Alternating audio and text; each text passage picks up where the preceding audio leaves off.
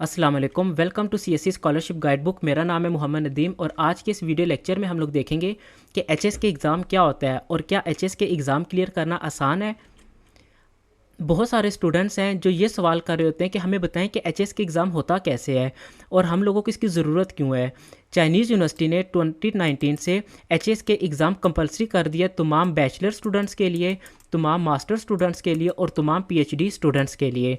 जितने भी bachelor students हैं उनके लिए मिनिमम जो है वो HS के 4 और मैक्सिमम जो है वो HS के 5 कंपलसरी हो गया है। इसी तरह हमारे पास मास्टर और PhD स्टूडेंट, उनके लिए डिग्री से पहले HS के 3 को क्लियर करना ज़रूरी है। अगर कोई स्टूडेंट चाहे वो मास्टर का है या PhD का है या बैचलर का है, अगर वो HS के एग्ज़ाम को क्लियर नहीं कर पाता तो उसको होप सर्टिफिकेट मिलेगा, उसको डिग्री कभी भी नहीं मिलेगी। उसकी रीज़न क्या है कि चाइनीज़ लैंग्वेजेस जो है ये हमारे लिए कंपलसरी की गई हैं कि आप लोगों को डिग्री के साथ साथ आप लोगों को चाइनीज़ लैंग्वेज भी आ जाए। तो ये HS के बेसिक है क्या। जैसे हमारे पास IELTS एग्ज़ाम होता है, IELTS एग्ज़ाम में हमारे पास क्या है, मल्टीपल मॉड्यूल्स हैं और हर मॉड्यूल में क्या होता है, listening, reading, writing and speaking. इसी तरह हमारे पास चाइनीज़ लैंग्वेज भी हमारे पास लिसनिंग, रीडिंग, राइटिंग और स्पीकिंग पे डिपेंडेंट है। लेकिन हमारे पास जैसे IELTS का मॉड्यूल जो है वो मिनिमम 6 क्लियर करना ज़रूरी होता है, इसी तरह हमारे पास HS के लिए मिनिमम जो है वो 3 क्लियर करना ज़रूरी है। लेकिन 3 जो है वो आपका MS और PhD के लिए है। अगर आप लोग BS के लिए अप्लाई कर रहे हो तो BS की डिग्री से पहले आपको HS के 4 या HS के 5 को क्लियर करना ज़रूरी होगा।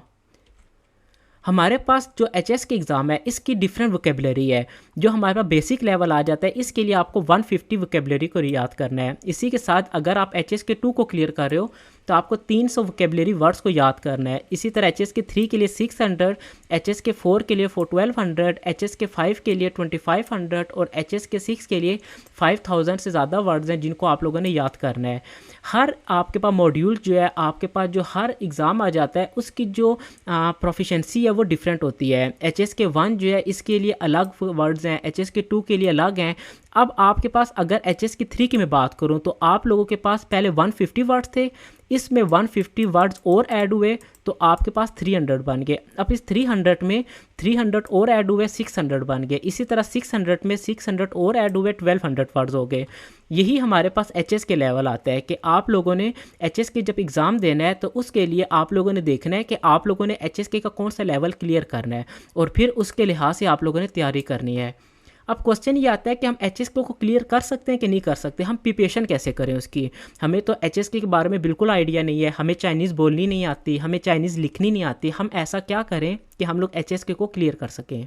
तो सबसे पहले आपने क्या करना है, तो आप लोगों ने एग्ज़ाम का जो फॉर्मेट है, HSK का जो एग्ज़ाम फॉर्मेट है, आप लोगों ने वो समझना है कि आप लोगों ने लिसनिंग कैसे करनी है, रीडिंग कैसे करनी है, कितनी वोकेबलरी रिवाइज करनी है, कितनी आप लोगों ने वोकेबलरी को याद करना है।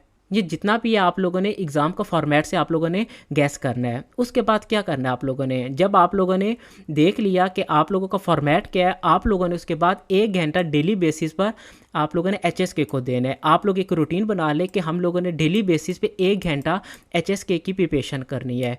उसके बाद आप लोगों ने क्या करना है कि जो भी आपकी प्रोफिशेंसी है, ठीक है, जो आपके डेली वर्ड्स हैं, जैसे आप लोग कम्युनिकेशन डेली बेसिस पे कर रहे होते हो, उन डेली बेसिस को आप लोगों ने चाइनीज़ लैंग्वेज पर लेके आना है, जिसमें आप लोगों ने रीडिंग भी करनी है, आप लोगों ने लिसनिंग भी करनी है, उसके बाद आप लोगों ने राइटिंग भी करनी है। ये तीनों मॉड्यूल्स जो है वो आप लोगों ने at a time cover up करने हैं कि जो डेली कम्युनिकेशन आप लोग कर रहे हो वो डेली कम्युनिकेशन को आप लोगों ने चाइनीज़ में भी कन्वर्ट करने की कोशिश करनी है। उसके बाद आप लोगों ने जो भी मटेरियल हासिल करना है, आपके पास YouTube में बहुत सारी अपॉर्चुनिटीज़ अवेलेबल हैं, बहुत सारे ट्यूटोरियल्स अवेलेबल हैं। आप लोग बुक्स देखें तो HS के लिए काफ़ी बुक्स अवेलेबल हैं। लेकिन आप लोगों ने उन तमाम बुक्स की जगह सबसे पहले आप लोगों ने देखना है कि HSK का ऑफिशियल सिलेबस क्या है, उसकी ऑफिशियल आउटलाइन क्या है, और आप लोगों ने उसकी ऑफिशियल जो आउटलाइन है उसको फॉलो करना है। हर साल जो है आप लोग की जो HSK की आउटलाइन है वो रिवाइज़ होती है। रिवाइज़ का मतलब ये होगा कि ज़रूरी नहीं है कि आप लोगों का मटेरियल अपडेट हो, आप लोगों के लिए एक स्ट्रक्चर अपडेट कर देते हैं, कुछ ना कुछ अपडेशन कर देते हैं। तो आप लोगों ने जो अपडेट है, जैसे भी 2023 है तो आपने 2023 की अपडेट्स देखनी है कि आप लोगों का स्ट्रक्चर कैसा, और आपने फिर उसके लिहाज से तैयारी करनी है।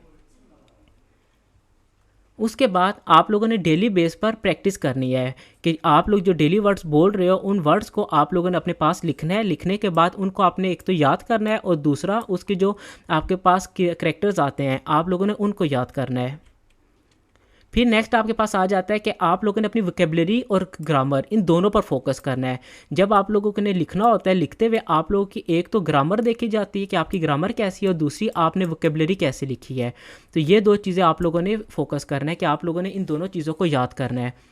उसके बाद आपने क्या करना है, फिर आप लोगों ने डिफरेंट मूवीज़ देखनी है, डिफरेंट चाइनीज़ मूवीज़ देखो, डिफरेंट लोगों को कम्युनिकेट करते हुए देखो। सबसे बेहतर सोल्यूशन जो है आप लोगों के लिए मूवीज़ की जगह आप लोग चाइनीज़ ड्रामा पर फोकस करो। क्यों कि उसमें डेली बेस की लैंग्वेज यूज़ हो रही होती है। आप लोग जब उनको सुनोगे, आप लोग उनको देखोगे तो आप लोगों को नए नए वर्ड समझ आ रहे होंगे। जो आपको समझ नहीं आ रहा होगा आप लोगों ने उनको फोकस करना और वो लिखने हैं। फिर आप लोगों ने उनके मीनिंग्स देखने हैं कि इसका क्या मतलब बन रहा होता है। आप लोगों ने उनके सब टाइटल्स देखने हैं। उन सब टाइटल से आपके पास बहुत सारे सोल्यूशन मिल रहे होंगे। आप लोगों को समझ नहीं आ रहा कि हम लोग किस एप्लीकेशन के थ्रू तैयारी करें या हम लोग कौन सा सोल्यूशन लें, तो आपके पास दो सॉफ्टवेयर जो मैं आपको रिकमेंड करूंगा। एक तो आपको मैं रिकमेंड करूंगा प्लेको नाम का सॉफ्टवेयर है, जो आपके पास डेली बेसिस के आपके जो भी वर्ड्स होंगे आप लोग उस पर इंग्लिश पे लिखोगे तो वो आपको उसकी ओपिनियन भी दे देगा। उसके बाद आप लोगों को उसकी जो आपके पास करैक्टर होगा, ठीक है, जो आपके पास वर्ड कैसे हम लोगों ने लिखना है वो भी आप लोगों को बता देगा। दूसरा आपके पास डुओलिंगो सॉफ्टवेयर है। आप लोगों ने इन दोनों सॉफ्टवेयर्स को नेट से डाउनलोड कर लेना है।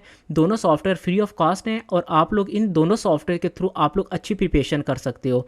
इन दोनों सॉफ्टवेयर का फ़ायदा क्या है, इन दोनों सॉफ्टवेयर में जब आप लोगों ने इंग्लिश में कुछ लिखते हो या आप लोग इंग्लिश के थ्रू कम्युनिकेट करते हो तो वो आपको ऑटोमेटिकली चाइनीज़ में कन्वर्ट करवा रहा होता है। डुओलिंगो आपको एक प्रॉपर ट्यूटोरियल प्रोवाइड करेगा कि आपने डे 1 क्या करना है, डे 2 क्या करना है। डेली बेस की प्रैक्टिस अगर आप लोगों ने डुओलिंगो से कर ली तो आप लोगों का HSK 3 क्या आप लोगों के लिए HSK 5 भी क्लियर करना आसान हो जाएगा। इसमें आप लोगों ने डेली बेस पर डुओलिंगो की जो ड्यूरेशन है, जितना आपने इस पर टाइम सेट किया होगा वो टाइम आपने डुओलिंगो को डेली बेस पर देना है।